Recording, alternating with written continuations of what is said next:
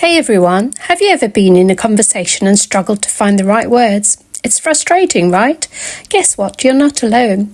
Well, I've got good news. A strong vocabulary can be a game changer. It can boost your confidence, improve your communication skills, and even open doors to new opportunities. So how can you build a powerful vocabulary? First, start small. Learn one new word a day. Use a word of the day app or find a word of the day calendar online. Second, read widely, explore books, articles and blogs, pay attention to new words and phrases. Third, practice. Use your new words in conversations. Don't be afraid to make mistakes. Finally, make it fun. Create flashcards, play word games, or keep a vocabulary journal.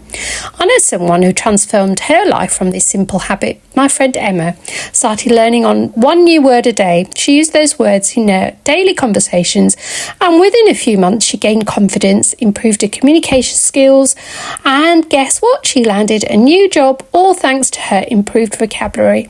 So what are you waiting for? Start building your vocabulary today. Remember, small steps lead to big results.